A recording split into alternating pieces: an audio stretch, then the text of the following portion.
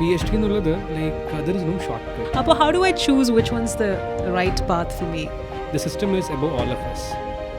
You cannot fool the system. Who's getting fooled? It's you, end of the day.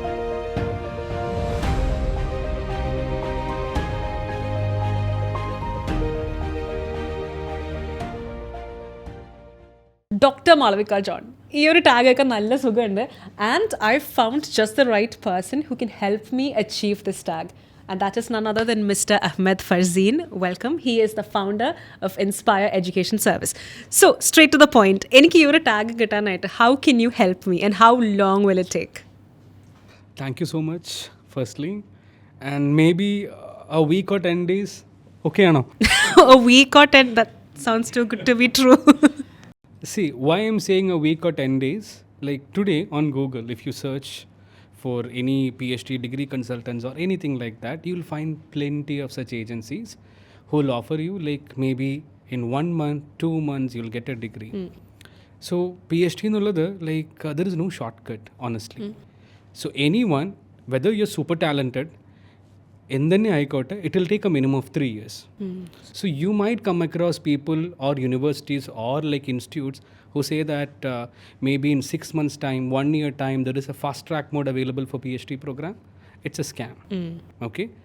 And we always at Inspire, nammal eppozhum vishwasikkuna oru karyam, the system is above all of us. Right. You cannot fool the system. Who's getting fooled? It's you, end of the day. Right. Okay.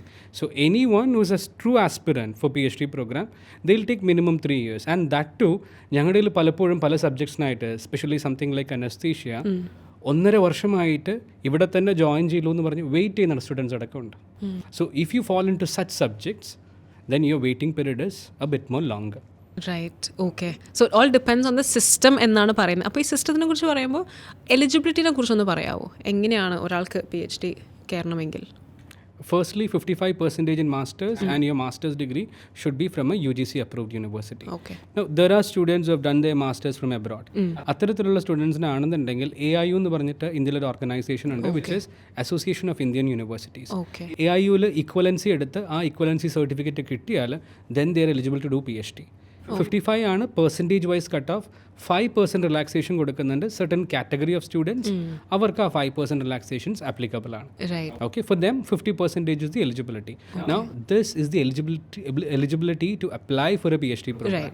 Now അതിനുശേഷം there are certain selection process, entrance exam, interview, അങ്ങനെയുള്ള കാര്യങ്ങൾ. ഇതെല്ലാം കഴിഞ്ഞ് you have to prove your mettle, then only you are enrolling for a PhD programme. Right, okay. So വലിയൊരു പ്രോസസ്സാണ്. Right. And you provide mentorship throughout the process? Absolutely. Okay. So അതെങ്ങനെയാണ്? Right from the beginning ആണോ, അല്ലെങ്കിൽ once a student finishes the exam അങ്ങനെയാണോ? No, right from the beginning. Okay. So we have completed more than 25 batches, okay, including the batch that we had on February last week. അതായിരുന്നു ഞങ്ങളുടെ 25th batch എന്ന് പറയുന്നത്.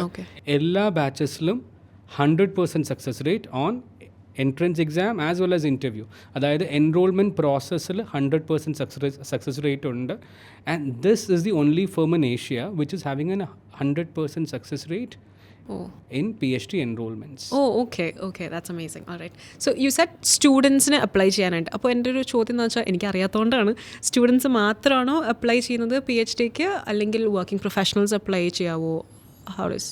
No, ഞാൻ students എന്ന് പറയാൻ കാരണം like whether you are a director of a company or a CEO of a company, you are a student for us, right? അതുകൊണ്ട് ഞാൻ സ്റ്റുഡൻസ് എന്ന് പറഞ്ഞെന്ന് മാത്രമേ ഉള്ളൂ. Now PhD is a program which doesn't have any sort of boundaries when it comes to age limit or anything like that. ഇന്ത്യയിൽ ഏറ്റവും പ്രായം ചെന്ന PhD കംപ്ലീറ്റ് ആയ ഒരു ലേഡി എന്ന് പറയുന്നത്, she's a Jain woman, she's 80-year-old. Okay, 80-year-old ആയിട്ടുള്ള ആൾക്കാർ പോലും ഇവിടെ PhD കംപ്ലീറ്റ് ചെയ്തവരുണ്ട്. Now there is no age limit as such. Right, okay. So what about Inspire? നിങ്ങളുടെ ഏറ്റവും പ്രായം കൂടിയ സ്റ്റുഡൻറ്റ് ഓർമ്മയുണ്ടോ? Yes. Maybe in the 60s currently.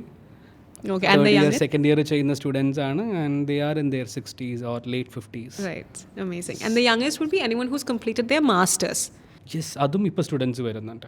ഒരു 1 or 2 years മുന്നേ ഉള്ള ട്രെൻഡ് ആണെന്നുണ്ടെങ്കിൽ റഫ്ലി 30s എന്നായിരിക്കും സ്റ്റാർട്ടിംഗ് എന്ന് പറയുകയാണെങ്കിൽ, ഇപ്പോൾ ജസ്റ്റ് ഒരു 2 years മുന്നേ മാസ്റ്റേഴ്സ് കംപ്ലീറ്റ് ആയിട്ടുള്ള സ്റ്റുഡൻസ് പോലും they enrolling for PhD programme with us. Right, okay.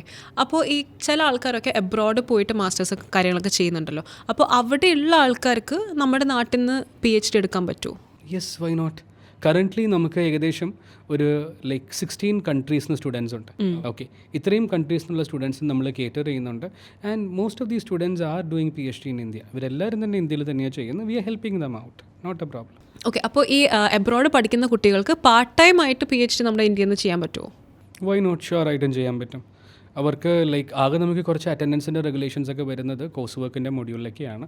അത് കഴിഞ്ഞാൽ പിന്നെ സിനോപ്സിസ് ഡിഫെൻസ്, തീസിസ് ഡിഫെൻസ് ഇങ്ങനെയുള്ള കാര്യങ്ങൾക്ക് അവർക്ക് വരാൻ പറ്റും.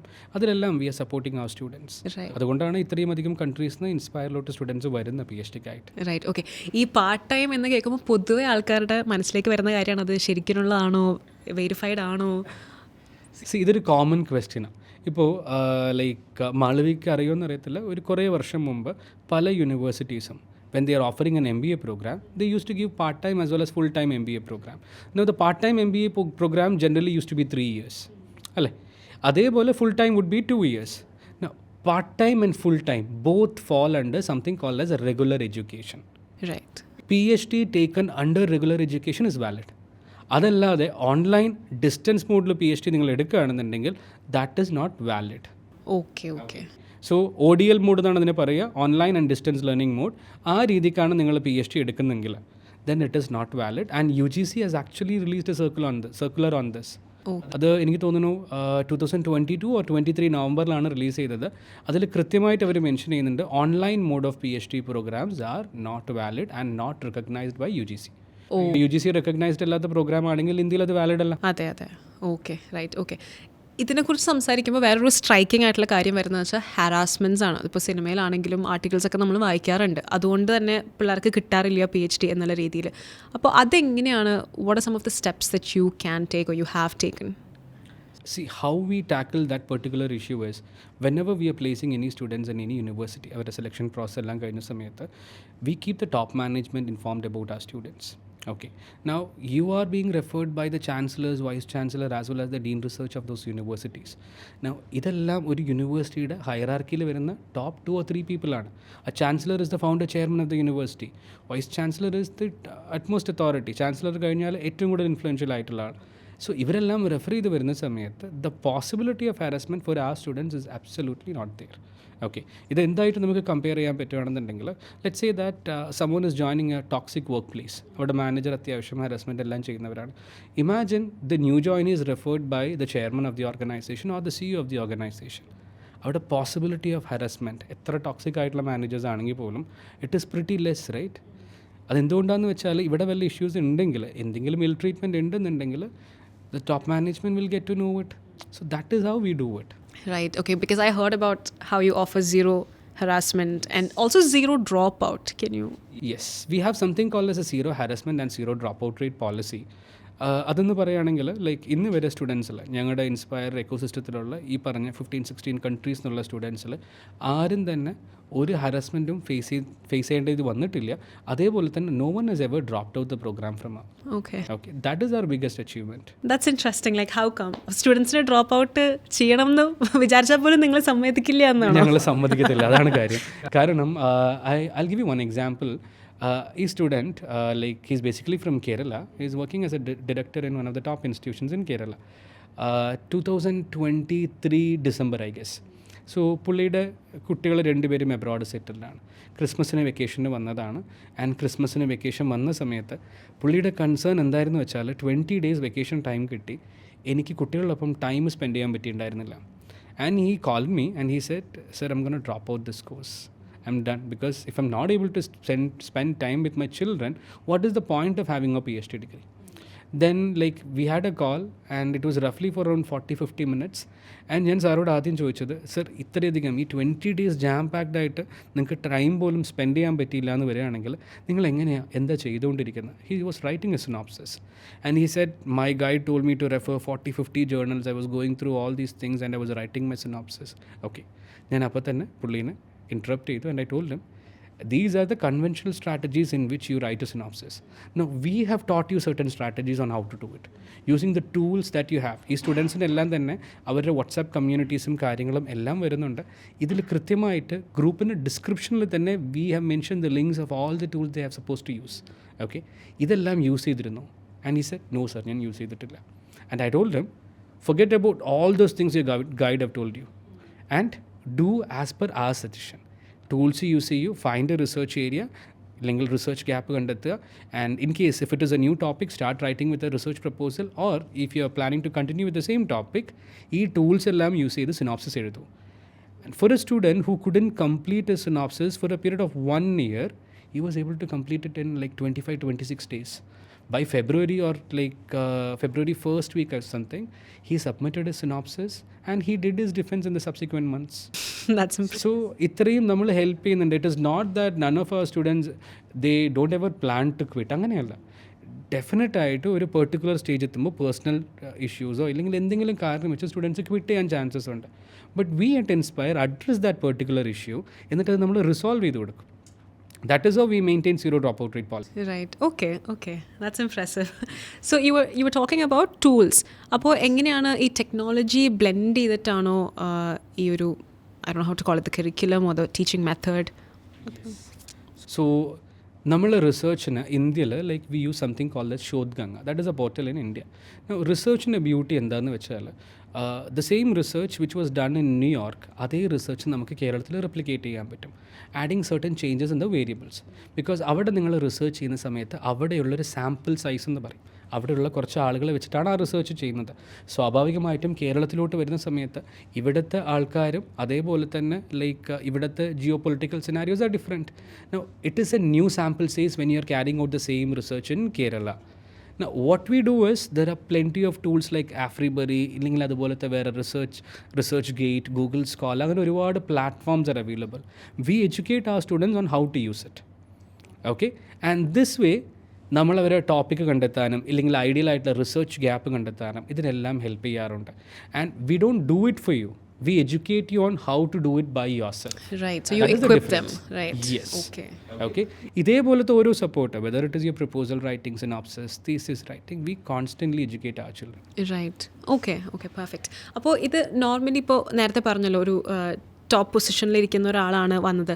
അപ്പോൾ അങ്ങനത്തെ ആൾക്കാർക്ക് മാത്രമാണോ PhD, അല്ലെങ്കിൽ ഇപ്പോൾ ഗ്യാപ്പ് ഇയർ ഒക്കെ എടുത്ത് അല്ലെങ്കിൽ കുറേ നാളിപ്പോൾ ഹൗസ് വൈഫൊക്കെ ആയിട്ട് ഇരിക്കുന്ന ആൾക്കാർക്കും ചെയ്യാൻ പറ്റുമോ? യെസ്, അത്തരത്തിലുള്ള സ്റ്റുഡൻസും ഉണ്ട്. ഓക്കെ, ഹൗസ് വൈഫ് ആയിട്ടുള്ള സ്റ്റുഡൻസും ഞങ്ങൾക്കുണ്ട്. അവരുടെ ടെസ്റ്റിമോണിയൽ വീഡിയോസ് പോലും പലരെയും അവൈലബിൾ ആണ്. PhD എന്നുള്ളത് നിങ്ങളുടെ കരിയറിൻ്റെ ആ ഒരു ലാഡറിൽ ഏറ്റവും ടോപ്പിൽ നിൽക്കുമ്പോൾ മാത്രം ചെയ്യുന്ന കാര്യമല്ല. നിങ്ങൾക്ക് അത്തരത്തിലൊരു ലാഡറിൽ കയറാൻ ആഗ്രഹിക്കുന്നുണ്ടെങ്കിൽ നിങ്ങൾക്ക് ചെയ്യാൻ പറ്റും. Okay. If you want to climb up the ladder, like അതൊരു കോർപ്പറേറ്റ് ജോബ് ആയിക്കോട്ടെ, പബ്ലിക്കോ private sector, whatever it is, or academician, ഇവർക്കെല്ലാവർക്കും ഗ്രോ ചെയ്യണമെന്നുണ്ടെങ്കിൽ തീർച്ചയായിട്ടും PhD പ്രോഗ്രാം അവരെ ഹെൽപ്പ് ചെയ്യുന്നതാണ്. റൈറ്റ്. ഓക്കെ, ഇപ്പോൾ ഞാൻ ആലോചിക്കുകയാണ്, എനിക്ക് PhD ചെയ്യണമെന്നുണ്ടെങ്കിൽ, ചെയ്യണമെന്നില്ല ഇപ്പോൾ, ചിലപ്പോൾ ഫ്യൂച്ചറിലുണ്ടാവാം. അപ്പോൾ the thing is I M so confused. I don't know which one two choose. Because also നമ്മളൊക്കെ ലൈക്ക് ജനറൽ ഓഡിയൻസിന് അറിയുന്ന കാര്യം PhD എന്ന് പറഞ്ഞാൽ നേർഡ്സിന് പറ്റിയൊരു സംഭവമാണ്, സയൻസ് മാത്രമാണ്. അപ്പോൾ ഒരു മീഡിയ ഫീൽഡിൽ നിന്ന് വരുന്ന ഒരാൾ അല്ലെങ്കിൽ ഒരു അങ്ങനത്തെ ഒരാൾക്കാർക്കും PhD ചെയ്യാൻ പറ്റുമോ? Yes, absolutely. Last week we had a Google Meet session for aspirants. Now, one of the students who participated, I forgot his name, is actually a music director. Malayalam, Kerala ഈ ഫിലിം ഇൻഡസ്ട്രിയിലുള്ള ഒരു മ്യൂസിക് ഡയറക്ടർ ആയിരുന്നു. And he was from something like electricals or electronics engineering, അതിൻ്റെ masters ആയിരുന്നു പുള്ളി ചെയ്തിട്ടുണ്ടായിരുന്നത്. And the student is very much interested. It is not that നിങ്ങൾക്ക് creative സൈഡായിട്ടുള്ള കരിയറാണ് ഇല്ലെങ്കിൽ മറ്റേതും banking or finance, any career let it be, ഇവർക്ക് മാത്രമേ PhD ചെയ്യാൻ പാടുള്ളൂ എന്നില്ല, ആർക്ക് വേണമെങ്കിലും ചെയ്യാൻ പറ്റും. Okay, right. ഓക്കെ, അപ്പോൾ എങ്ങനെയാണ് ചൂസ് ചെയ്യുക? ഫോർ എക്സാമ്പിൾ ഞാൻ എന്താ പറയുക, രണ്ട് വഞ്ചിയിലും കാലുകുത്തിയിട്ടുണ്ട്. Like I do different things as a profession. അപ്പോൾ how do I choose which ones the right path for me, or do you guys help you know? Sure. നിങ്ങൾ ആദ്യം ആ രണ്ട് വഞ്ചി ഏതൊക്കെയാണെന്ന് പറയാം, so that I can explain you in a better way. Right. Okay. So I also work in the media industry and I'm also very much into English teaching field. അപ്പോൾ ഇത് രണ്ടും ആണെങ്കിൽ ഞാൻ എങ്ങനെ, എനിക്ക് PhD വേണം പക്ഷെ എന്ത് ചെയ്യണമെന്ന് അറിയില്ല, അങ്ങനെയാണെങ്കിൽ എങ്ങനെയായിരിക്കും? And where do you see yourself after 10 years? In which career path? Probably teaching English. Teaching English. Like business English. So അങ്ങനത്തെ ഒരു ഫീൽഡ് ആണെങ്കിൽ എങ്ങനെയായിരിക്കും? ഡെഫിനറ്റ് ആയിട്ട് ലൈക്ക് അങ്ങനെയാണെന്നുണ്ടെങ്കിൽ like either you can choose English if your master's is actually MA English literature or anything like that, other choosing.